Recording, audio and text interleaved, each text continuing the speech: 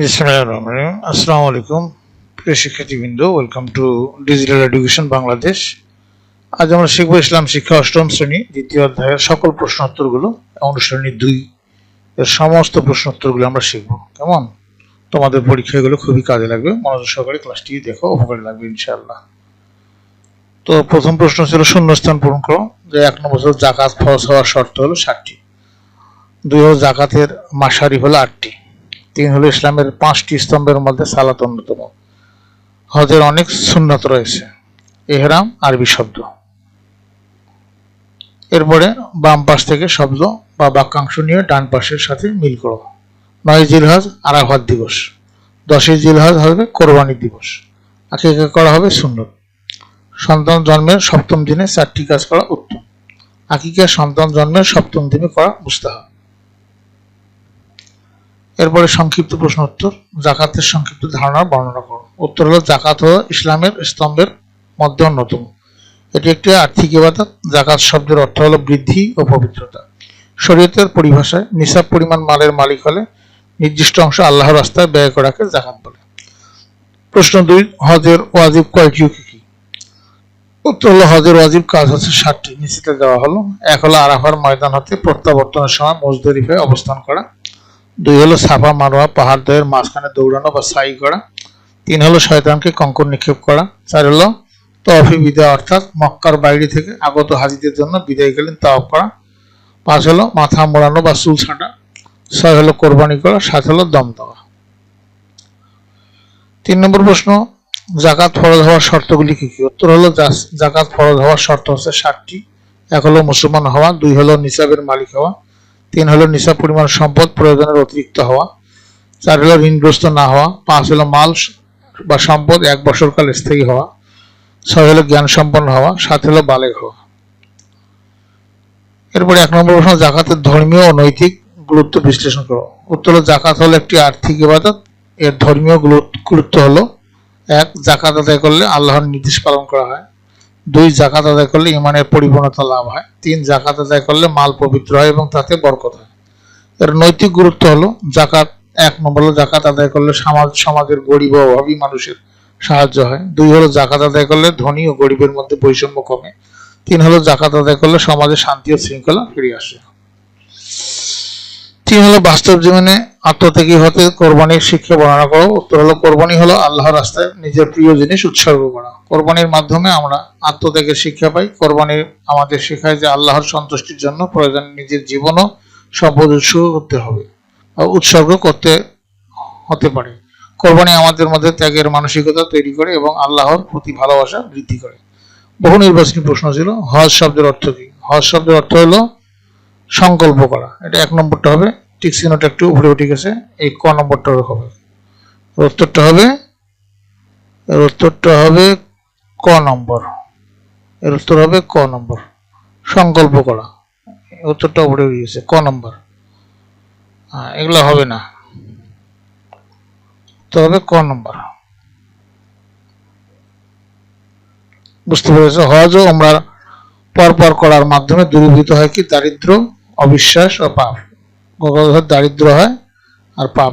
নিচে হলো কোনটি সঠিক? এটা ক সঠিক হলো 1 এবং 2।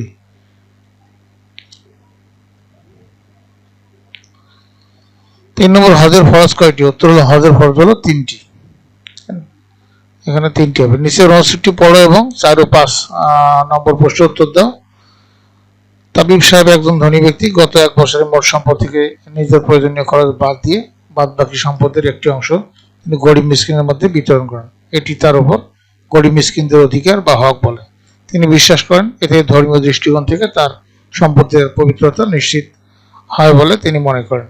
তাবিব সাহেবের কর্মকাণ্ডের ফলে শরীয়তের কোন বিধানটি আদায় হয়েছে? উত্তর হলো জাকাত। এখানে জাকাত হবে। এটা রাইট, এগুলো হবে না। আশা করি তোমরা বুঝতে পেরেছ। 5 হলো তাবিব সাহেবের এই বিধানটি পালন করার কারণ অর্জিত সম্পত্তি কমপক্ষে 1 বছর পর্যন্ত তার নিকট ছিল, না তার নিসাব পরিমাণ সম্পদের অতিরিক্ত সম্পদ ছিল, না আগামী বছর হজ করার পূর্ব শর্ত পূরণ করা। উত্তর হবে এখানে ক 1 এবং 2। 1 এবং 2 এই দুইটা হবে কারেক্ট আনসার। এরপরে সৃজনশীল প্রশ্ন ছিল, জামান সাহেব ব্যবসা করে প্রচুর সম্পদের মালিক হয়েছেন, তিনি 2 বছর পর পর হজ ব্রত পালন করেন, কিন্তু তিনি গরিব আত্মীয় স্বজন এলাকার অসহায় দরিদ্র লোকদের সাথে সম্পর্ক রাখেন না, তাদের কোনো আর্থিক সহায়তা করতে চান না। কিন্তু জামাল সাহেবের থেকে তার ভাই আলম সাহেবের অর্থ সম্পদ কম থাকলেও সন্তানদের জন্মের 7ম দিনে আল্লাহর নামে পশু জবাই করেন, আত্মীয় স্বজন এবং প্রতিবেশী ও গরিব মিসকিনদের জন্য খানাপিনা আয়োজন করেন।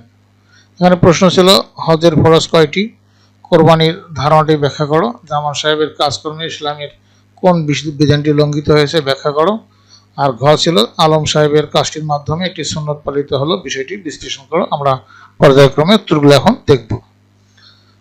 1 নম্বর উত্তর ছিল হজের ফরজ কয়টি, উত্তর হলো হজের ফরজ হলো 3টি। আমরা বুঝতে পেরেছি হজের ফরজ 3টি। খ নম্বর ছিল কোরবানির ধারণাটি ব্যাখ্যা করো, উত্তর হলো কোরবানি বলতে মহান আল্লাহর নিকট আল্লাহর নৈকট্য লাভের উদ্দেশ্যে কোনো কিছু ত্যাগ করা বা উৎসর্গ করাকে বোঝায়। কোরবানি আরবি শব্দ উজহিয়া, উজহিয়া এর আবিধানিক অর্থ হল ত্যাগ বা উৎসর্গ করা ইত্যাদি। ইসলামী শরীয়তে জিলহজ মাসের 10 তারিখ সকাল থেকে 12 তারিখ সন্ধ্যা পর্যন্ত মহান আল্লাহর সান্নিধ্য লাভের উদ্দেশ্যে পশু জবাই করাই হলো কোরবানি। গ নম্বর প্রশ্ন ছিল জামাল সাহেবের কাজকর্মে ইসলামের কোন বিধানটি লঙ্ঘিত হয়েছে তা ব্যাখ্যা করো, উত্তর হচ্ছে জামাল সাহেবের কাজে ইসলামের অন্যতম বিধান হাক্কুল ইবাদ লঙ্ঘিত হয়েছে। জামাল সাহেব প্রচুর সম্পদের মালিক, কিন্তু তিনি প্রচুর টাকা খরচ করে 2-1 বছর পর পরই হজ পালন করেন, অথচ তিনি তার দরিদ্র আত্মীয় স্বজনদের সাথে কোনো সম্পর্ক রাখেন না, তাদের প্রাপ্য অধিকার যথাযথভাবে আদায় করেন না। আল্লাহ বলেছেন যে তাদের ধনীদের অর্থাৎ ধন সম্পদে অবশ্যই দরিদ্র ও বঞ্চিতদের অধিকার রয়েছে, সূরা আল জাজিরা আয়াত নম্বর হলো 9। মহানবী সাল্লাল্লাহু আলাইহি ওয়াসাল্লাম বলেছেন যে কৃপণ আল্লাহ থেকে দূরে, আল্লাহর বান্দাদের থেকে দূরে এবং জাহান্নাম থেকে নিকটে। একজন জাহিল দানশীল একজন কৃপণ আবিদ অপেক্ষা আল্লাহর কাছে অনেক বেশি পছন্দনীয়। তিরমিজি শরীফের হাদিস। এ থেকে বোঝা যায় যে জামান সাহেব আল্লাহ ও রসুল সাল্লাল্লাহু আলাইহি ওয়াসাল্লামের নির্দেশ যথাযথভাবে অনুসরণ করেননি। এরপরে ঘ নম্বর প্রশ্ন ছিল আলম সাহেবের কাজটির মাধ্যমে একটি সুন্নত পালিত হলো, বিষয়টি বিশ্লেষণ করো, উত্তর হলো আলম সাহেবের কাজ তথা সন্তানদের আকিকার মাধ্যমে একটি সুন্নত পালিত হয়েছে। আলম সাহেবের সন্তান জন্মের 7ম দিনে আল্লাহর নামে পশু জবাই করেছেন। এই গোশত দিয়ে তিনি আত্মীয় প্রতিবেশী ও গরিব মিসকিনদের জন্য খাওয়া দাওয়ার আয়োজন করেছেন। তার এই কাজের মাধ্যমে আকিকা বিধানটি পালিত হয়েছে। তার আকিকা একটি সুন্নত বিধান, কারণ মহানবী সাল্লাল্লাহু আলাইহি ওয়াসাল্লাম থেকে যেসব কাজ ইসলামী শরীয়তের বিধান হিসেবে নির্ধারিত হয়েছে সেগুলোকে সুন্নত বলা হয়, অর্থাৎ সেসব কাজ মহানবী সাল্লাল্লাহু আলাইহি ওয়াসাল্লাম নিজে করেছেন বা যা করার জন্য তিনি নির্দেশ দিয়েছেন কিংবা অনুমোদন করেছেন তাকে সুন্নত বলা হয়। নবী করিম সাল্লাল্লাহু আলাইহি ওয়াসাল্লামের আগেও আকিকার প্রচলন ছিল, আল্লাহ তাআলার অনুমতিতে তিনি তা চালু রাখেন। মহানবী সাল্লাল্লাহু আলাইহি ওয়াসাল্লাম নিজে আকিকা করেছেন, অন্যকে এই ব্যাপারে উৎসাহ দিয়েছেন। সুতরাং বোঝা যায় যে আলম সাহেব আকিকার করার মাধ্যমে একটি সুন্নত বিধান পালন করেছে। আশা করি তোমরা বুঝতে পেরেছ। এরপরে হচ্ছে 2 নম্বর প্রশ্ন ছিল ফারাবি সাহেব এবং ফাহাদ সাহেব সহোদর উভয় পৈতৃক সূত্রে প্রচুর সম্পদের মালিক হয়েছেন। ফাহাদ সাহেবকে মসজিদের ইমাম সাহেব বললেন যে এবার হিজরি বছরের শেষ মাসে আল্লাহর ঘরে গিয়ে এবারের জন্য ইবাদত করে আসুন, তো আপনার উপর তা ফরজ। ফাহাদ সাহেব বললেন এত টাকা খরচ করে ইবাদত করতে আমি কিছুতেই রাজি নই। পক্ষান্তরে ফারাবি সাহেব যথেষ্ট ধার্মিক, এলাকার একটি মসজিদ নির্মাণের জন্য জায়গার প্রয়োজন হলে তিনি তার সবচেয়ে ভালো জায়গাটি মসজিদ নির্মাণের জন্য তিনি ওয়াকফ করে দিলেন। প্রশ্ন ছিল যে কোন তারিখে আরাফাত দিবস বলা হয়। খ নম্বর প্রশ্ন ছিল এহরাম শব্দের অর্থ ব্যাখ্যা করো। গ নম্বর প্রশ্ন ছিল ইমাম সাহেব ফাহাদ সাহেবকে যে ইবাদত পালনের জন্য বলেছেন তা বর্ণনা করো। ঘ নম্বর প্রশ্ন ছিল ফারাবি সাহেবের কর্মকাণ্ডটি ইসলামের একটি বিধানের প্রতিফলন, তুমি কি বক্তব্যটির সাথে একমত? উত্তরের সপক্ষে যুক্তি দাও। আমরা পর্যায়ক্রমে উত্তরগুলো দেখব। ক হচ্ছে উত্তর যে কোন তারিখে আরাফাত দিবস বলা হয়? উত্তর হলো হজের 9ম তারিখ অর্থাৎ 9 জিলহজকে আরাফাত দিবস বলা হয়। খ ছিল এহরাম শব্দের অর্থ ব্যাখ্যা করো। উত্তর হলো এহরাম শব্দের অর্থ নিষিদ্ধ, একটি হজের একটি ফরজ বিধান। নামাজের উদ্দেশ্যে যেমন তাহারিমা বাঁধতে হয়, হজের জন্য তেমনি এহরাম বাঁধতে হয়। এর মাধ্যমে হজের আনুষ্ঠানিক নিয়ত করা হয়। আর নামাজের তাহারিমা বাঁধার পর যেমন দুনিয়াবি কোনো কাজ থেকে মানুষ জড়িত থাকে, তেমনি এহরাম বাঁধার পর শুধু হজের আনুষ্ঠানিক কাজগুলো সম্পন্ন করতে হয়। এছাড়া দুনিয়াবি কাজে লিপ্ত হলে হজের কার্যক্রম সম্পন্ন হবে না। এতে করে হজ কবুল হবে না বা হজের ফজিলত লাভ করা যাবে না। এরপরে গ নম্বর প্রশ্ন ছিল ইমাম সাহেব ফাহাদ সাহেবকে যে ইবাদত পালনের জন্য বলেছেন তা বর্ণনা করো। উত্তর হচ্ছে ইমাম সাহেব ফাহাদ সাহেবকে ইসলামের গুরুত্বপূর্ণ ইবাদত হজ পালন করতে বলেছেন। ফাহাদ সাহেব একজন সম্পদশালী মুসলমান, এ কারণে ইমাম সাহেব তাকে হিজরি বছরের শেষ মাসে আল্লাহর ঘরে গিয়ে একবারের জন্য ইবাদত করতে বলেছেন, কারণ এই ইবাদত তার উপর ফরজ।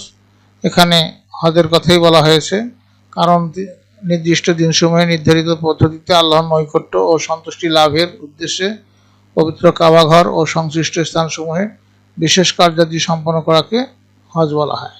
এই নির্দিষ্ট দিন হলো হিজরি বছরের শেষ মাস বা জিলহজ মাসের 8 থেকে 12 তারিখ। এই সম্পর্কে আল্লাহ তাআলা বলেন যে মানুষের মধ্যে যার যেখানে যাওয়ার সামর্থ্য আছে আল্লাহর উদ্দেশ্যে সেই গৃহে হজ করা তার অবশ্য কর্তব্য। সূরা আল ইমরান আয়াত হলো 97। সুতরাং বোঝা যায় যে ইমাম সাহেব ফাহাদ সাহেবকে হজ পালনের পরামর্শ দিয়েছে। এরপরের প্রশ্ন ছিল যে ফারাবি সাহেবের কর্মকাণ্ডটি ইসলামের একটি বিধানেরই প্রতিফলন, তুমি কি বক্তব্যটির সাথে একমত? তার উত্তরের সপক্ষে যুক্তি দাও। উত্তর হচ্ছে ফারাবি সাহেবের কাজ ইসলামের একটি বিধানের প্রতিফলন, এই বক্তব্যের সাথে আমি একমত। ফারাবি সাহেব সম্পদশালী এবং ধার্মিক। এলাকার একটি মসজিদের জন্য জমির প্রয়োজন হলে তার সবচেয়ে ভালো জায়গাটি মসজিদ নির্মাণের জন্য তিনি ওয়াকফ করে দিলেন। তার এই কাজে যাকাতের সামগ্রিক শিক্ষার বাস্তবায়ন ঘটেছে, কারণ কোনো ব্যক্তি বিশেষ হাতে সম্পদ পুঞ্জীভূত থাকুক এটা আল্লাহ পছন্দ করেন না। তিনি চান যে সম্পদ মানুষের কল্যাণে ব্যয় হোক, এজন্য যাকাতের বিধান দেওয়া হয়েছে। যাকাতের মাধ্যমে সমাজের সামগ্রিক উন্নয়নে অবদান রাখা যায়। এই ব্যবস্থা সমাজ থেকে কৃপণতা এবং সংকীর্ণতা দূর করে পরস্পরের মধ্যে ত্যাগ, মমত্ববোধ, ভালোবাসা সৃষ্টি করে। এর শিক্ষায় উদ্বুদ্ধ হয়ে মানুষ সমাজ কল্যাণমুখী কাজে তৎপর হয়। এই ধরনের তৎপরতাই ফারাবি সাহেবের ক্ষেত্রে দেখা যায়। উপরের আলোচনা থেকে বোঝা যায় যে ফারাবি সাহেব এলাকার মানুষের প্রয়োজনে মসজিদ নির্মাণে জায়গা দান করে ইসলামের মৌলিক বিধান যাকাতের সামাজিক শিক্ষার পরিপূর্ণ বাস্তবায়ন করেছে। Thank you for watching this video. প্রিয় শিক্ষার্থীবৃন্দ, পরবর্তী ক্লাসে আমরা কোরআন ও হাদিস নিয়ে আলোচনা করব, তো তোমরা সাথেই থাকো। তোমাদের সার্বিক মঙ্গল কামনা করে আজকে এখানে বিদায় নিচ্ছি। খোদা হাফেজ।